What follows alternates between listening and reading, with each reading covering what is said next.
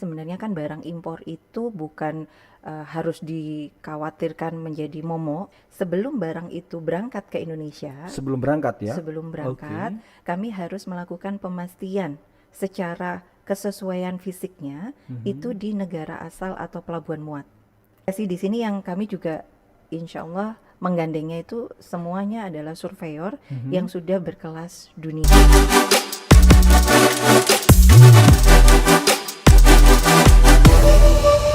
Bismillah. Assalamualaikum warahmatullahi wabarakatuh.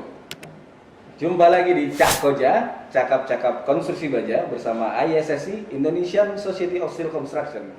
Hari ini kami kedatangan salah satu anggota yang agak unik, guys. Kenapa saya bilang unik? Karena bukan dari pabrik baja, bukan dari fabrikator baja, tapi ini sangat penting bagi kedua tadi yang saya sebut, yaitu penting bagi pabrik baja dan penting bagi fabrikator bahkan kontraktor baja. Kita sambut perwakilan dari KSO Sukovindo Surveyor Indonesia. Beliau adalah wakil pimpinan KSO SCISI, Ibu Dwi Yulinar Firdaus STMM. Apa kabar Bu? Baik, Cak Koce. Terima Alhamdulillah. kasih. Waalaikumsalam. Masya Allah. Kalau seperti ini nih, baju ini semakin berwarna. Kenapa? Ini beliau ini ternyata sama-sama dari Jawa Timur juga. Kalau kita Cak Nining. Tidak direncanakan seperti itu ya? Betul. Cak Koce? Jadi Ning Kocing nanti lama-lama jadinya. Neng KSO, Bang. Neng KSO. Nanti saya dimarahin sama KSO-nya. Tapi beliau juga punya podcast, nanti kita gantian ke beliau. Nah, Ning Koja. Siap. Kok Ning Koja jadinya? Siapa apa ini, Bu? Eh, Bu Yulinar, Bu Dwi. Biasanya Yulinar, Pak. Yulinar, ya. Karena kalau Dwi banyak, Pak. Kalau Takut Dwi banyak- dua. Salah alamat, Pak. Karena banyak banget gitu. Jadi kadang banyak yang lebih familiar dengan sebutan yang kedua gitu, Pak. Bu Yulinar, siap. Pak, ini Bu Yulinar. Ini kalau kita bicara tentang BUMN, berarti ada penugasan negara.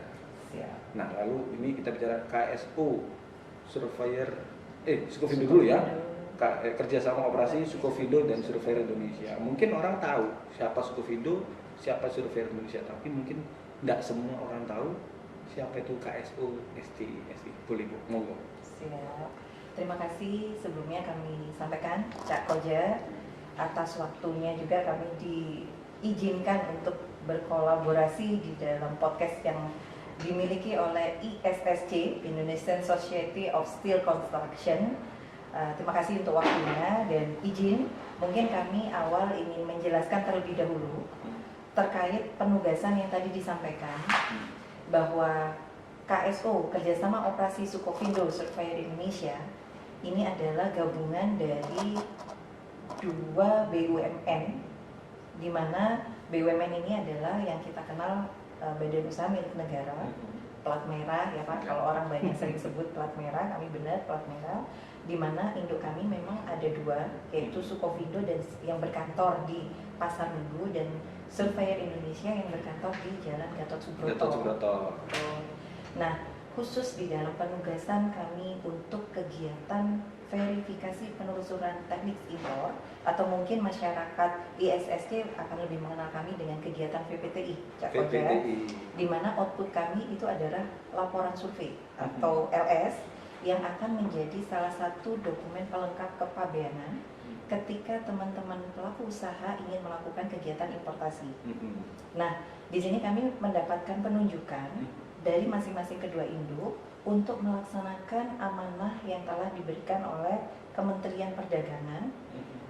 Start awal kami diberikan amanah ini dari tahun 2002 sampai dengan alhamdulillah mendapatkan kepercayaan sampai dengan berjalan saat ini. Sudah 21 tahun. Kurang lebih sudah 21 Sudah tahun. banyak Cak Koja. portofolio, pengalaman, pahit, getir, manis, asam. Insya Allah begitu. Jadi ya kalau namanya pertumbuhan 21 itu tahap-tahap yang sudah boleh dibilang mulai mature gitu ya. Oke. Cak Koja, mudah-mudahan seperti itu. Dan tetap mature Bu, jangan nanti biasa KPLC habis mature terus Oh, jangan, terus ya, turun, siap. oh, jangan. Siap. Baik, nah berarti ada Sukovindo, ada Surveyor Indonesia, berarti orang-orangnya, tim-timnya juga dari kedua badan usaha ini ya? Betul. Jadi kami kolaborasi yang dikirim dari kedua induk penugasan sehingga kami akan fokus di dalam delivery jasa yang terkait kepada kegiatan VPTI tadi di mana kami sedikit menambahkan ada penunjukan Kepmen dari Kementerian Perdagangan untuk kami bisa melakukan penugasan ini. Jadi ada dasar yang memang menaungi regulasi sehingga kami memang ditunjuk pemerintah untuk melakukan kegiatan VPTI ini. Kepmen nomor 74 tahun 2019, karena Kepmen itu selalu ada perbaikannya, ada masa, dan itu akhirnya berlaku ada masanya gitu. Biasanya kalau Kepmen ini ngikutin dari peraturan induknya di atasnya. Betul. Nah, tapi induk ini tergantung dari kebutuhan masyarakat. Betul. Karena kan dinamis ya. Dinamis. Nah, baik. Nah, ini agak unik. Sukufindo Survei Indonesia kita tahu lebih banyak terkait dengan TKDN. Nah, kalau yang paling banyak di Indonesia kan banyak TKDN. Nah, KSO ini memverifikasi produk barang yang diimpor. Nah, sehingga produk ini terjaga gitu ya. Impor tidak dilarang tapi diatur tata niaganya. Nah, ini konsepnya itu lebih gimana Bu? Mungkin bisa diilustrasikan mulai alur barangnya dari mana, proses secara singkat saja. Siap, terima kasih. Jadi sebenarnya lebih dikenalnya dengan ini saya fokuskan kepada yang VPTI ya. Karena kalau TKDN nanti kami akan siap di season yang berikutnya dengan narasumber yang agak berbeda pastinya, dan insya Allah lebih kompeten nanti untuk lebih menjelaskan terkait detail. Nah, untuk kegiatan VPTI ini itu memang seperti yang konsep dari pemerintah ini sebenarnya kan barang impor itu bukan harus dikhawatirkan menjadi momok gitu ya, tapi sebenarnya itu lebih disebut sebagai barang-barang yang lartas gitu ya, Cak Koja. Jadi lartas itu singkatannya adalah larangan dan pembatasan gitu. Ibaratnya diizinkan, namun tetap itu akan menjadi suatu harus ada pemenuhan terhadap ketentuan-ketentuan yang memang sudah diatur oleh regulasi. Nah, konsepnya adalah kita diminta untuk memastikan bahwa barang nanti yang akan datang ke Indonesia, tentu saja barang yang akan datang itu kembali lagi mengacu pada konsep lartas tadi, komoditi apa saja yang diatur, kemudian ketentuannya seperti apa saja persyaratannya. Kita tahu di sini ada yang harus terpenuhi laporan surveinya, tapi ada juga yang laporan survei plus perizinan impornya. Nah, ini sangat tergantung dari regulasinya gitu ya, Cak Koja. Nah, overallnya pastinya kita akan melakukan pemastian yang harusnya nanti sebelum barang itu berangkat ke Indonesia. Sebelum berangkat ya? Sebelum berangkat, kami harus melakukan pemastian secara kesesuaian fisiknya itu di negara asal atau pelabuhan muat. Berarti ada tim yang dikirim ke sana atau gimana Bu? Kami untuk menghindari, jadi ibaratnya penugasan ini tetap berjalan, namun itu juga ibaratnya ramah di konsep biaya oleh pelaku usaha, maka kami untuk beberapa negara tertentu, rata-rata di Asia masih, kami memiliki cabang, Cak Koja. Jadi kami memiliki cabang yang ada di wilayah Thailand, Singapura, Malaysia, Vietnam, Korea Selatan, ada 7 ya, Korea Selatan, Thailand, Singapura, Malaysia, Vietnam, China? Korea Selatan, betul. China itu ada 2, Hong Kong dan Shenzhen. Makanya ada 7 gitu ya. Karena mau bicara China ini sangat luas sekali, Cak Koja. Jadi kami di luar itu plus benua yang lain, kami melakukan afiliasi. Nah, afiliasi di sini yang kami juga insya Allah menggandengnya itu semuanya adalah surveyor yang sudah berkelas dunia. Contohnya nih, apa aja pasti nggak asing dong di masyarakat SSC juga, SDS. SDS karena BV, Biro Veritas, kemudian Kotekna, CWM, karena ini yang kami layani kan harus seluruh dunia, jadi bukan terbatas tadi di Asia saja. Jadi kami menggandengnya memang ada sisi IC itu juga punya kuat di beberapa, baik itu Asia, Cina, dan juga beberapa negara yang ada di benua Amerika dan Eropa. Kemudian Intertek, CWM, dan beberapa asosiasi lagi yang semuanya sudah kelas dunia gitu. Setelah periksa sana, barang datang. Barangnya datang di bea cukai berarti prosesnya. Dari situ sudah Oke. rilis. Izin nanti kami jelaskan dari awal ya. Siap. Terkait kepada pelayanan yang kami lakukan. Ini sebenarnya kegiatan kami ada 2 kegiatan verifikasi. Jadi verifikasi yang awal kami pasti melakukan verifikasi yang berupa administrasi. Nah, ini diawali dari pengajuan para pelaku usaha yang ada di Indonesia untuk yang namanya di kami namakan verification request (VR), mengajukan barang-barang apa yang akan dikirim by shipment yang akan dilakukannya di momen ini gitu. Tentu saja kalau itu harus ada perizinan impornya, maka kami akan mengacu kepada perizinan impornya untuk kami lakukan verifikasi pengajuan tadi, dan ketika segala sesuatunya sudah sesuai, baik itu dari perizinan impor ataupun regulasi yang ditetapkan oleh pemerintah, maka kami terbitkan yang namanya verification order atau VO. Nah, VO ini yang kami kirimkan langsung, semuanya kami lakukan by system Cak Koja. Jadi tidak ada manual, tidak ada tatap muka, tidak perlu juga yang jauh harus datang ke kantor kami, semuanya bisa dilakukan secara online, masuk kepada website kami, masuk kepada aplikasi untuk bisa langsung dipergunakan oleh pelaku usaha. Nah, ini kami lanjut lagi. Jadi tadi karena semua sudah by system, ketika segala sesuatunya sudah sesuai, verified gitu ya. VO kami lempar kepada semua kantor di mana permintaan untuk dilakukan pemeriksaan tadi itu ingin dilakukan. Jadi misalnya contoh pelaku usaha ingin barang asal pelabuhan muatnya nanti di Singapura, maka kami akan kirim kepada kantor kami yang ada di Singapura. Nah, contoh saya ingin barang ini langsung dari negara asalnya, katakanlah di Asia, di Amerika atau di Eropa. Nah, ini nanti VO ini akan kami kirim kepada afiliasi yang sudah kami tunjuk di sana untuk disepakati nanti antara kantor afiliasi kami dengan eksportir dalam hal ini atau yang memiliki barang untuk kapan bisa barang siap dan dilakukan pemeriksaannya. Nah, ini setelah nanti agreement ini agreement dalam konteks kapan barang ready, karena memang pada saat melakukan pemeriksaan kami harus memastikan barang itu sudah siap 100%. Jangan sedang dibikin atau sedang dimasak lah. Betul, Cak Koja. Nah, terus? Karena ini kondisinya adalah pemastian tadi, Cak Koja, yang harus kami kawal bahwa benar barang yang akan berangkat itu barang itu. Benar. Jadi menghindari konsep penyelundupan, kekhawatiran bahwa yang diorder apa terus ternyata yang berangkat apa. Nah, kami akan memastikan barang itu sesuai dengan VO yang sudah diajukan oleh pelaku usaha tadi. Katakanlah 1.000, maka kami harus pastikan barang itu 1.000 dulu. Nah, kemudian kami di sana akan melakukan pemeriksaan fisik.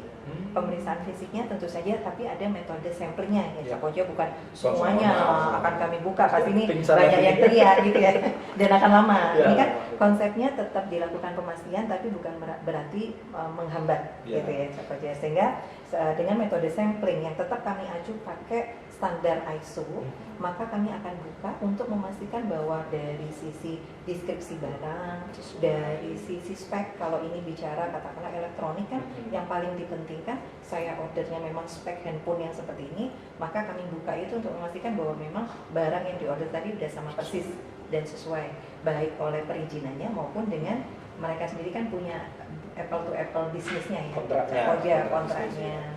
Nah, setelah kami lakukan pemeriksaan itu, hasilnya sesuai, maka kami terbitkan yang namanya draft laporan survei dari negara asal atau tempat pemeriksaan untuk dikirim lagi by system ke kami yang di head office ini untuk dilakukan verifikasi akhir.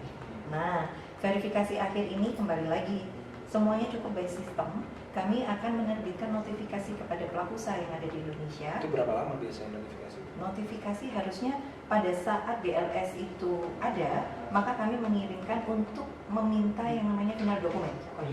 Final dokumen itu berupa apa? Final dokumen itu berupa invoice dan packing list. Yang harusnya update kami terima pada saat barang itu diberangkatkan. Karena khawatirnya memang ada kondisi berbeda saat invoice bukan invoice ya, proforma invoice diterbitkan. Betul. Nah, karena ada pemastian akhir, siapa tahu kadang yang berangkat itu justru short gitu ya. Nah, short ini kami nanti kalau benar short, kami harus melakukan konfirmasi ulang kepada pelaku usaha. Apakah benar yang akan berangkat memang ternyata jadi berkurang dari jumlah yang disepakati di awal? Kalau jadi berkurang dan disetujui, maka memang tetap barang itu akan berangkat, dan kami berdasarkan final dokumen yang sudah dikirimkan final akan menerbitkan namanya LS atau laporan survei sesuai dengan final dokumen yang sudah diberikan kepada tim kami yang ada di head office. Juga cukup melalui unduh final dokumen tersebut kepada aplikasi yang sudah kami siapkan ataupun di website kami. Semuanya by system. Semuanya by system. Jadi nggak ada ribet-ribet, nggak ada repot-repot. Nggak pakai ribet-ribet, dan ada beberapa SLA nanti kami coba sebutkan dari VR kepada VO sendiri, bila mana sudah lengkap dan benar kami terbitkan maksimal 1 kali 24 jam untuk VR ke VO. Nah, kemudian untuk VO kembali lagi ada ranah lain yang kami masih harus menunggu respon eksportir meminta jadwal, memberi informasi kapan barang ready. Tapi begitu sudah dia meminta jadwal, maka kami punya SLA maksimal 3 kali 24 jam untuk bisa menyetujui jadwal itu, ataupun kalau ternyata di jadwal itu masih belum bisa, maksimal mundurnya hanya 3 kali 24 jam. Jadi 6 hari total paling lambat. Belum selesai, karena belum ke LS gitu Cak Koja. Jadi setelah 3 kali 24 jam, atau bisa disepakati kalau memang bukan minta hari ini mengirim RFI, hari ini juga diperiksa, maka kami sebenarnya masih bisa menyepakati tanggal request gitu ya. Nah, itu maksimalnya 3 kali 24 jam. Artinya bukan berarti kalau misalnya sekarang nih tanggal 27, mereka meminta tanggal 30 dan 30-nya kami udah pasti bisa, maka kami bisa kunci lock itu untuk kesepakatan tanggal 30 gitu. Cak Koja. Tapi kalau 27 hari ini minta 27, nah ini ya kami kan semuanya karena juga tersistem, orang juga udah ada instruksinya, arahan kemana-mana, jadi kami pasti bisa mengundurkan maksimalnya 3 kali 24 jam. Seperti itu Cak Koja. Begitu udah selesai? Begitu udah selesai pemeriksaan, Barang datang? belum barang datang. Belum barang datang Jadi ya? kami biasanya bisa terbitkan LS sebelum barang datang. Dengan catatan final dokumen begitu kapal Sudah berangkat, komplit? sudah diserahkan kepada kami komplit dan benar. Bentuknya apa? BL ya biasanya? Invoice sama packing list. Oh, invoice dan packing Sama sudah packing cukup? list cukup. Dan setelah diupload ke kami, maksimal lagi 1 kali 24 jam, insya Allah LS sudah bisa kami terbitkan. Jadi tidak perlu khawatir barang harus nyampe sini baru kami terbitkan, malah 1 kali 24 jam maksimal dari final dokumen itu diupload ke kami, maka sebenarnya LS sudah bisa kami kirim ke sistem. Kalau di kami sebenarnya kirimnya ke Inatrade dulu. Inatrade. Tapi Inatrade-nya connect ke INSW, maka pelaku usaha tinggal download di pakai INSW. ELS namanya, elektronik sekarang sudah, dan itu bisa Laporan dilakukan. survei ya? Betul. Dan itu acceptable juga di Bea Cukai gitu. Itu kan begitu banyak proses. Nah, Tapi pelaku usaha ini gimana Bu? Kan nggak semuanya paham ya. Nanti, tapi kalau ini karena pakai sistem, Iya. jadi tinggal klik-klik aja, tinggal ngikutin instruksi berarti. betul. Dan kami ya mungkin ini salah satu kami sowan sambung silaturahmi dengan asosiasi ISSC, tidak menutup juga kemungkinan dengan asosiasi yang lain.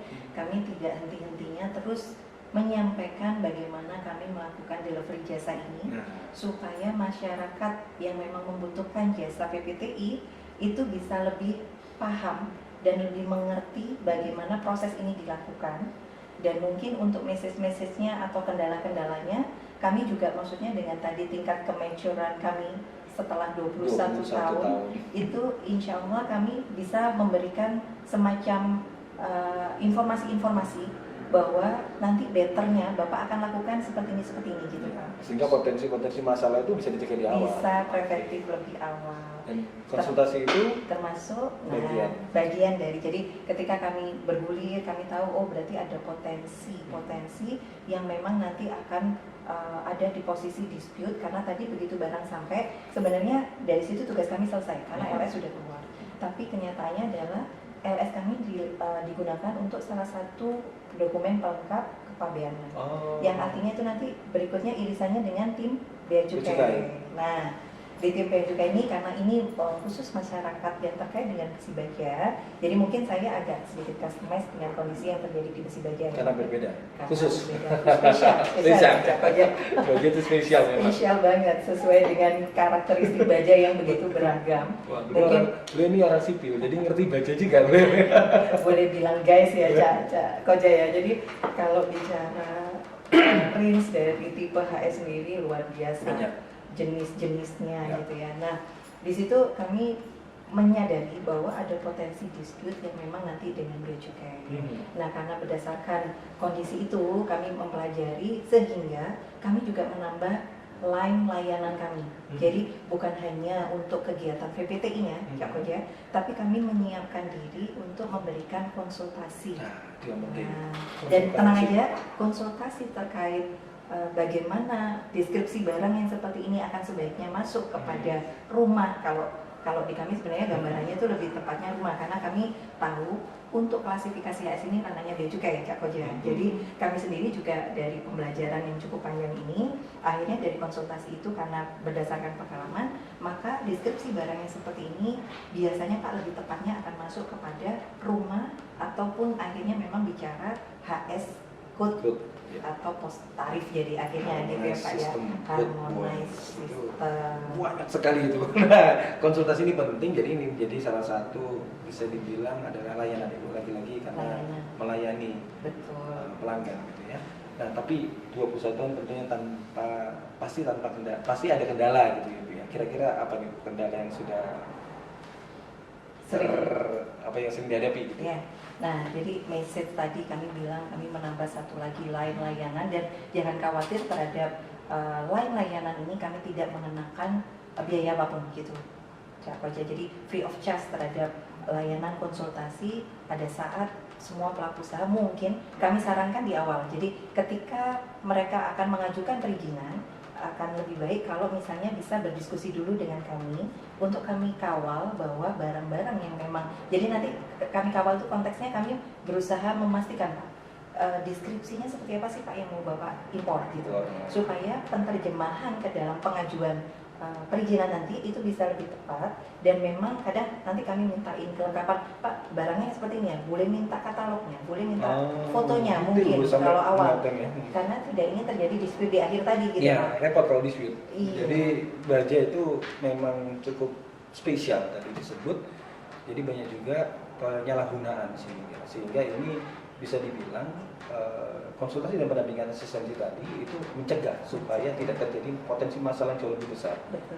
Nah, Bapak Ibu pelaku usaha mungkin impor, tapi tidak tahu ternyata barang itu adalah barang yang tadi ada lartas misalkan, terus barangnya juga tidak sesuai, akhirnya menumpuk di pabean misalkan. Nah, ini kan jadi masalah Jadi jauh lebih besar. Jadi polemik yang pastinya itu kami pahami itu akan berdampak finansial yang besar juga dari sisi pelaku usaha. Dan yang paling penting ternyata beliau ini sebagai garda pengawas, bukan pengawas, garda terdepan untuk melindungi industri baja nasional. Kenapa? Memverifikasi jangan sampai barang yang diimpor adalah benar-benar barang yang masih banyak barangnya di Indonesia dan dikategorikan adalah barang yang atas misalkan, atau kena BMTP, kena BMAD misalkan. Nah, ini kan perlu adanya konsultasi tadi Bu ya. Siap.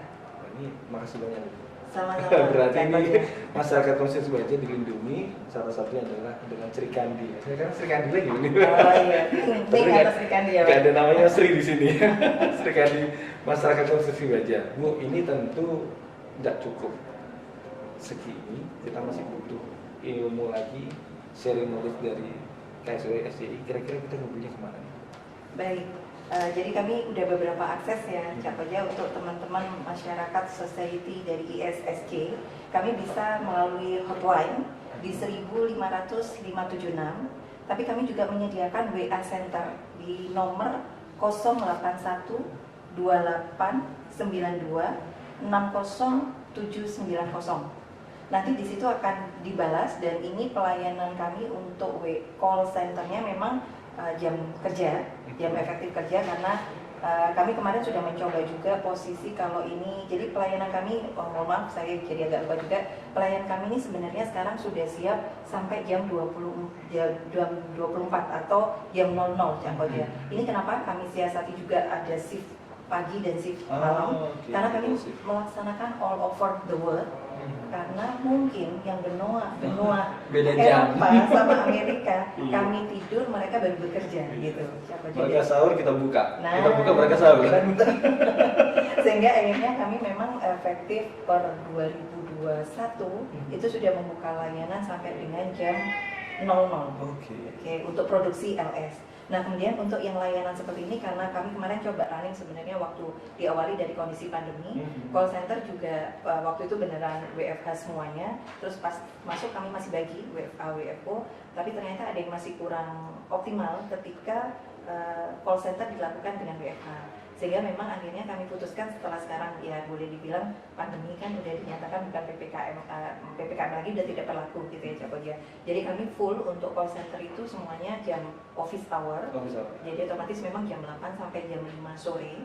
Nah tapi selanjutnya kita bisa layani pakai WA Center.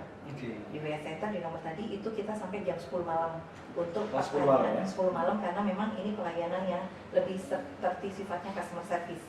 Nah tapi datang ke kantor juga oke.